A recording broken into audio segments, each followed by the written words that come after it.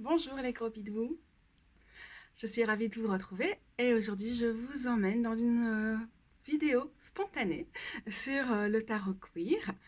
Donc je ne sais pas encore exactement où ça va nous emmener, je sais que j'ai envie de faire une série là-dessus et je sais que si je prends le temps d'y réfléchir, à un moment mon énergie, mon envie de m'y mettre, ma forme physique elle passe et donc comme souvent je vous fais une vidéo au début de mes règles, au moment où mes hormones sont plus ou moins avec moi, donc j'ai des douleurs mais j'ai mes neurones pour moi. Alors ceci étant dit, je vais faire la petite parenthèse dès à présent. Je sais pas vous, mais moi le manque de vitamine D, je le ressens déjà très très fort. Alors du coup, il y a plein de moments où je perds le fil dans mes phrases ou dans mes idées. Et je crois que je suis pas encore dans l'état que je vais approcher en janvier, février, où je sais pas quel mot j'utilise et j'utilise n'importe quoi, mais mon cerveau fait des switches.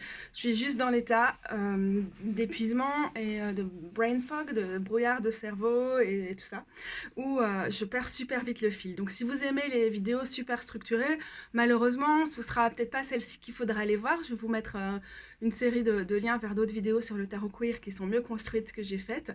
Et là, on va plutôt être dans une espèce de conversation, ok, à moi toute seule, mais avec l'idée d'ouvrir une conversation avec vous, de susciter des réflexions chez vous, etc.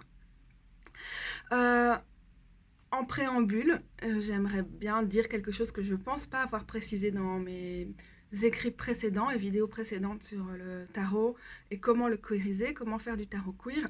Je suis convaincue en tant que lesbienne et queer que ce mot nous appartient, qu'il appartient aux personnes queer, que des personnes cis-hétéros ne peuvent pas l'utiliser, qu'elles ne peuvent pas s'approprier notre renversement, retournement du stigmate, puisque queer à la base était parmi d'autres choses une insulte en anglais. Donc là, je suis convaincue que ça n'a pas lieu d'être, tout comme des fêtes queer par et pour des hétéros sont pas très pertinentes. Ça ne veut pas dire que vous n'êtes pas bienvenus du tout, au contraire, c'est un mot qui permet aussi cette ouverture, qui vous permet d'arriver avec vos questionnements, vos tâtonnements, etc. Mais voilà, d'un autre côté, je pense que l'utiliser d'une façon relative à l'identité ou à la fluidité, mais quand on parle vraiment de soi, et qu'on est cis-hétéro, c'est pour le moins problématique. Maintenant, je crois qu'on a toutes et tous à gagner d'une approche queer du tarot et que même si vous n'êtes pas queer, vous avez intérêt à queeriser votre tarot et que ça n'est pas tabou d'en parler, de mener une réflexion là-dessus. Au contraire, c'est tout à fait encouragé. En particulier si vous tirez les cartes pour d'autres personnes, ça a un intérêt pour que vos tirages, vos lectures de cartes résonnent auprès d'un maximum de personnes. Donc voilà, la petite parenthèse est clôturée. S'il y a des questions sur le sujet, on pourra voir si on en parlera davantage par la suite. Mais voilà.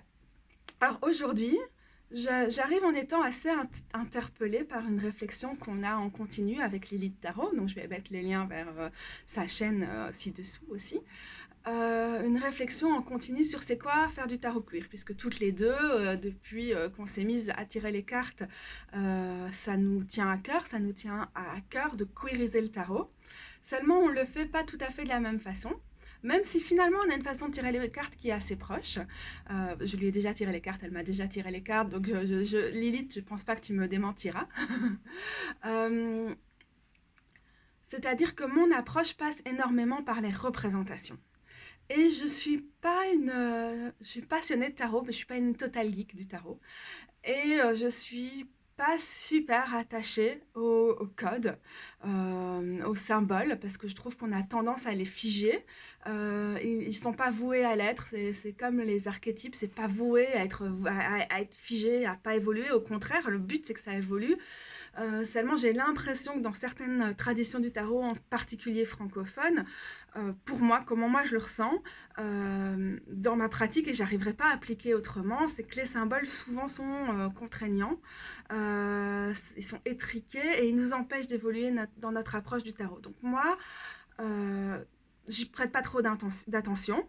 J'ai appris le tarot avec plutôt un système du Rider-Waite-Smith. Donc les cartes dessinées par Pamela Colman-Smith, c'est les 78 cartes qui sont dessinées. Donc 78 pour les Français, et puis maintenant je reste en mode belge. Donc ce sont les 78 cartes qui sont dessinées. Les arcanes mineures sont aussi richement dessinées et explicites, et elles font autant partie de l'ensemble que les cartes arcanes majeures, même si elles ne vont pas avoir la même importance dans un tirage, elles sont tout aussi importantes. Et pour moi, c'est pas un échec, par exemple, d'avoir une lecture de tarot où aucune arcane majeure est sortie.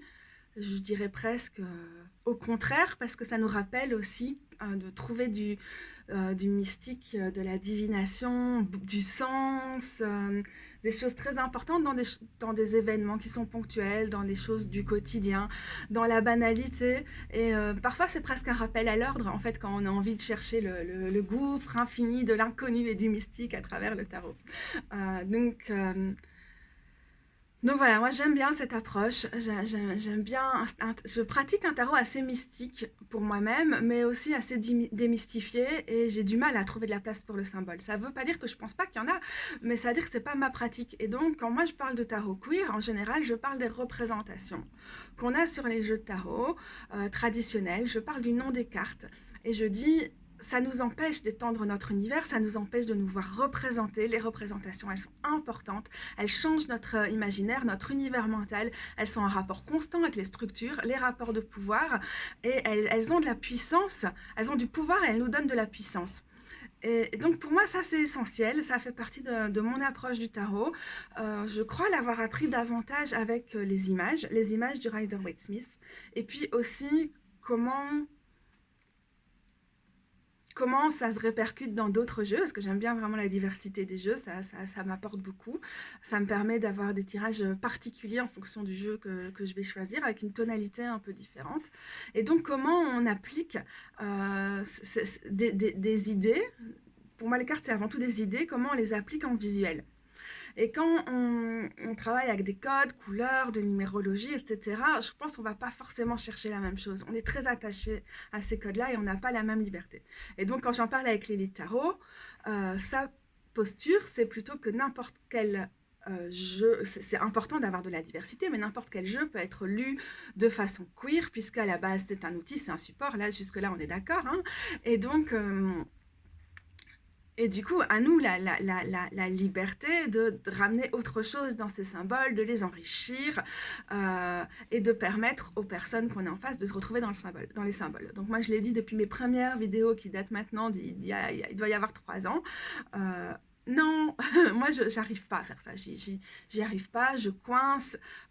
Personnellement, je me retrouve avec... Je dis souvent ça, et je dis aussi souvent ça par rapport à des sujets qui ne sont pas forcément teintés d'appropriation culturelle, mais qui ont une frange du New Age teintée d'appropriation culturelle. Par exemple, travailler avec les animaux, en magie, en symbolisme, etc. Pour moi, c'est un terrain chargé, c'est compliqué. Je sais qu'il y a des pratiques qui sont pas... qu'il y a moyen de travailler avec les animaux aussi, avec leur esprit, avec les animaux comme des guides, etc., en dehors du cadre de ce qu'on en a fait à travers l'appropriation culturelle. Donc ça, ce sera encore une fois pour des vidéos suivantes. Mais d'un côté, pour moi, c'est un peu terrain miné, c'est trop chargé, j'arrive pas à dissocier ça de cette pollution, en fait, de l'appropriation culturelle. Et donc, je me retrouve perdue, en fait, dans ces domaines-là. C'est pas que ça m'intéresse pas, mais... j'ai un peu trop de pincettes, ça m'a peut-être un peu dégoûté du truc. Et je pense que des approches très traditionnelles du Marseille, avec des gens qui cherchent le vrai Marseille, le tarot de Marseille, avec voilà, le fait que c'est un peu... c'est rare de voir des gens qui renomment les arcanes majeures dans le Marseille, et donc on se retrouve obligé de travailler avec des noms comme le pape, l'empereur, l'impératrice, la maison Dieu, etc., qui sont très chargés aussi d'un point de vue institutionnel, et donc par rapport à des institutions de pouvoir et d'oppression, et des institutions qui, pour le coup, sont figées, et même quand elles prétendent évoluer, elles sont pour le statico-social, et pour que les rênes du pouvoir, et le pouvoir sur autrui, restent entre les mains des puissants. Et pour moi, c'est ce que je retrouve dans les arcanes majeures. Alors, je comprends qu'on arrive à s'en émanciper, à prendre du recul, mais pour moi c'est difficile, y compris dans la représentation. bah, j'accroche pas du tout aux illustrations du tarot de Marseille, même comme quand elles sont revisitées, et de beaucoup de tarots classiques. L'image qui me vient en tête maintenant, c'est cette image de la force, ou la force à la gueule ouverte, mais c'est quand même l'humain qui prend le dessus sur l'animal. Alors, je sais qu'on n'est pas obligé de le lire comme ça, mais moi, ce visuel me pollue, en fait, de façon conséquente, mon approche des cartes. Je pense à la Maison Dieu. Quand je lis des approches un peu psychanalytiques cette carte-là, où on va voir le pénis en érection, l'éjaculation, blablabla, euh, ou bien quand on va sans cesse, voilà, être sur les cartes d'arcane majeure, où on va avoir redit des milliers de fois la coupe, la réceptivité, le féminin, puis voilà, tous ces trucs-là, j'arrive pas à faire abstraction. Quand je vois le Marseille, je vois ces approches-là. Et je conçois, et je trouve ça intéressant. Je vous invite 1000 fois à écouter en podcast la vidéo de Lilith Tarot. Enfin, pas les vidéos, mais je pense qu'elle les a aussi mis sur YouTube et sur des plateformes de podcast. Donc, c'est une série où elle revisite le Marseille en prenant en compte le fait que quand on utilise le tarot de Marseille chez les francophones, en particulier, on a un certain nombre de personnes en tête, comme l'influence qu'a eu Jodorowsky dessus et tout ça, et Lilith va les utiliser en cuirisant ce contenu-là, et puis en jetant ce qui est acheté aussi, et en expliquant pourquoi. Alors elle a une approche tellement érudite, etc. Je dirais pas que ça me donne envie d'utiliser le Marseille, parce que moi j'arrive pas à passer au-dessus de mes a priori. Ça me crée une réaction de rejet qui n'est pas propice au fait de tirer les cartes. Mais je trouve ça vraiment intéressant aussi de se dire que, ok, moi, est-ce que ma façon d'envisager le tarot queer, elle passe avant tout par les mots, elle passe par les images. Et je trouve que c'est intéressant aussi de se dire, peu importe les mots et peu importe les images, je pense pas que Lilith dirait ça comme ça. Donc là, pour le coup, ne lui faites pas dire ce que je résume quand je résume cette approche-là de façon plus générale. Mais donc, peu importe tout ça, ce qui compte, c'est ce que nous, on va transmettre. Donc, évidemment, pour moi, ce que je vais transmettre est essentiel, et foncièrement queer. Ça ne veut pas dire que c'est figé non plus, ça ne veut pas dire que tous les tirages vont être éminemment politisés, déconstruits ou des trucs comme ça. Bien sûr que non, fonctionne avant tout à l'intuition, mais en ayant cette intuition guidée par ma queerisation du tarot. Donc voilà, donc ça je trouve c'est intéressant, et je me disais bah ça vaut la peine de faire un petit post pour en parler, parce que jusqu'ici, si vous suivez mes vidéos, oh la Zoé arrive, je vais me faire crier dessus par mon chat. Si vous suivez ce que j'ai l'habitude de produire comme contenu, vous allez peut-être rester sur cet avis-là et vous sentir peut-être pas vraiment concerné par cette approche. C'est normal, hein, tout comme moi, je me sens pas concernée par d'autres. Je vais pas dire c'est bien ou c'est mal, c'est les réactions que ça nous provoque. Ah, j'ai une nouvelle perruque. Tout dit le même. Voilà.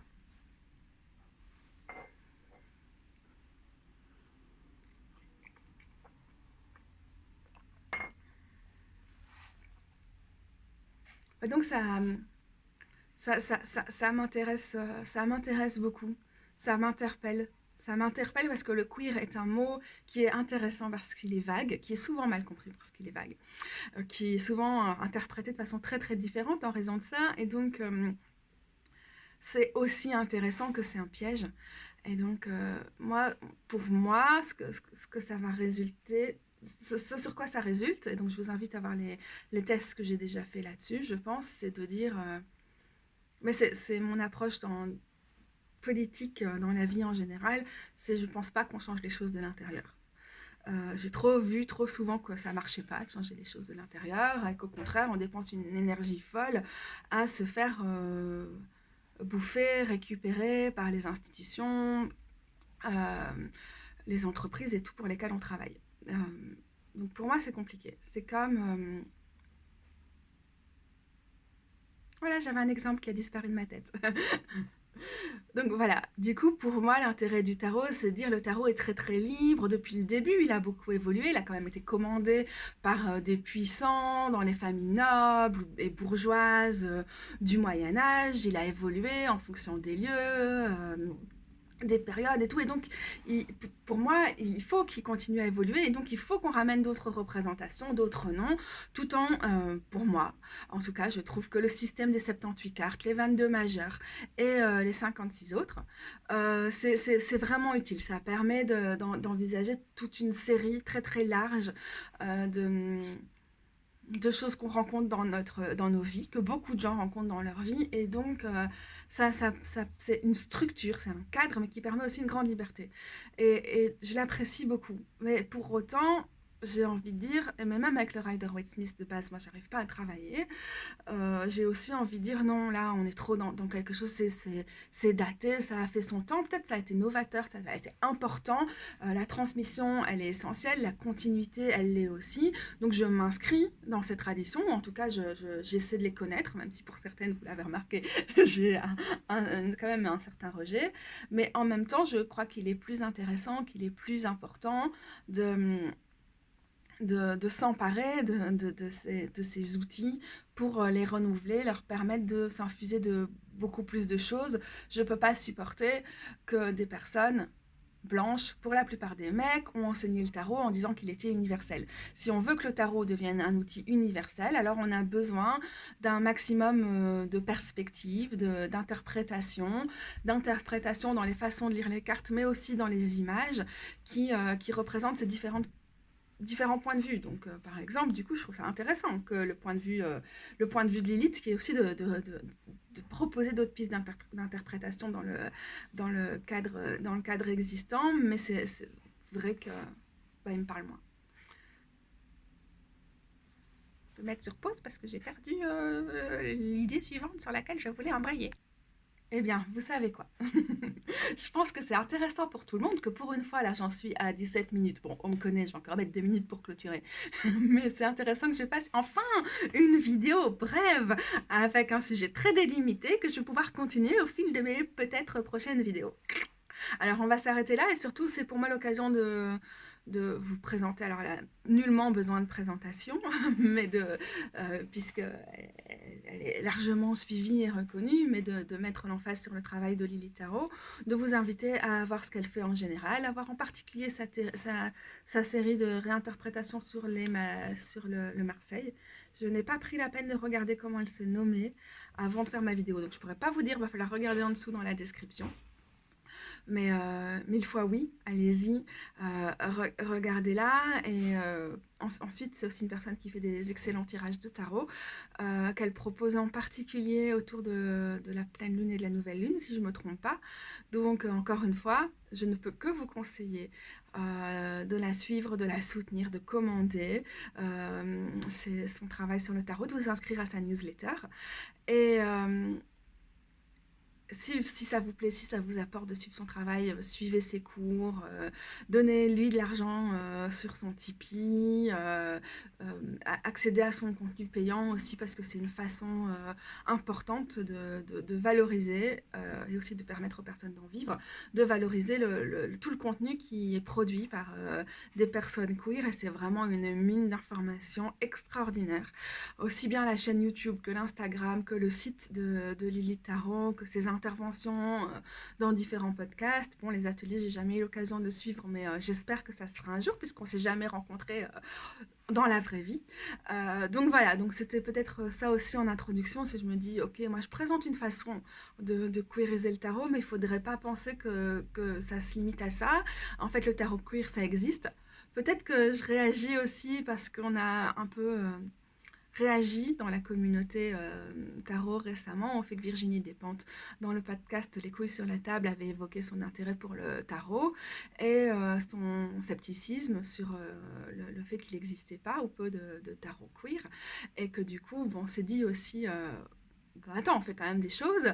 C'est peut-être pas parfait, mais enfin, on peut difficilement dire qu'il existe rien. Et que donc, voilà, je voulais vous dire, si vous travaillez avec le Marseille et que du coup, tout ce dont moi je suis en train de vous parler, qui est quand même très spécifique au système du Rider-Waite-Smith, ça vous paraît un peu inutilisable dans votre pratique, allez voir aussi ce que fait Lilith Tarot, notamment avec le tarot de Marseille, mais pas que. Voilà, c'est des choses qui sont en chantier. Et pour moi, le queer doit toujours être en chantier parce qu'on ne se repose pas sur ses acquis.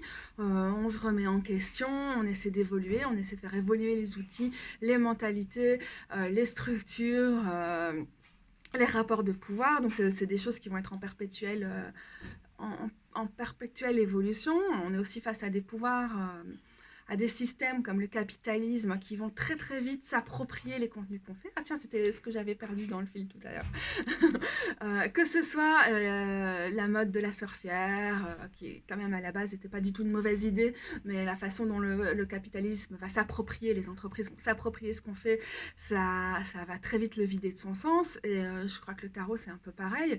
On peut voir le travail pas toujours nickel aussi que font des grandes maisons d'édition autour des jeux de tarot, donc ça j'aimerais aussi en parler à un moment. Donc du coup c'est aussi important pour nous quand on se dit on fait du tarot queer de rester vif, de rester vigilant, de s'engouffrer dans les brèches, d'aller grignoter les fondations du système. Peut-être que c'est ça aussi la carte de la tour. Je pense que je vais mettre trop de temps à essayer de le trouver dans ce jeu-ci, on ne sait jamais. Donc non, ça va pas être possible. Elle s'appelle La Révolution dans le Next World Tarot, et je vais mettre en bas un lien vers un texte vers des textes là-dessus. Vous allez voir, c'est vraiment top canon. Ce qu'il y a moyen de faire avec ça. Et donc pour moi, c'est peut-être aussi ça, c'est faire un travail de fond, de s'engouffrer dans les brèches, d'être vigilant, d'être rapide, de se réinventer, de ne pas se laisser récupérer par le système, même si il faut bien bouffer, et pas de jugement sur les personnes qui sont obligées de faire des concessions par rapport à leur pratique queer ou féministe du tarot ou anticapitaliste. Je comprends parfaitement. Mais donc voilà, je crois vraiment, je suis convaincue qu'il y a quelque chose dans notre façon d'aborder le tarot queer qui va jamais pouvoir être complètement défini, complètement arrêté, et qui va devoir évoluer en fonction des nécessités. Donc quand on dit queer, évidemment, peut-être vous pensez avant tout aux questions de genre. Mais je pense qu'il faut aussi concevoir ça dans une optique intersectionnelle, dans une optique féministe plus large, qui va davantage penser nos différentes positions minoritaires ou d'opprimés, aussi en particulier les différents rapports de pouvoir, les différents systèmes qui s'entremêlent pour affecter nos vies. Donc c'est un chantier, et tout ce que je dis, et je regarde rarement mes anciennes vidéos, mais je devrais le faire en fait. Tout ce que je dis à un moment va pas forcément valoir le lendemain. Mais c'est l'intérêt du tarot queer. Je regarde le temps. Et ça va faire 23 minutes, et c'est cool parce que ça fait quand même déjà 4 minutes que j'ai dit que j'arrêtais. Hein. Bon, vous me connaissez maintenant. Et cette fois-ci, c'est bon. Stop, on arrête. C'est à moitié réussi pour une vidéo plus courte. La prochaine fois, on essaiera. Ou pas. Salut!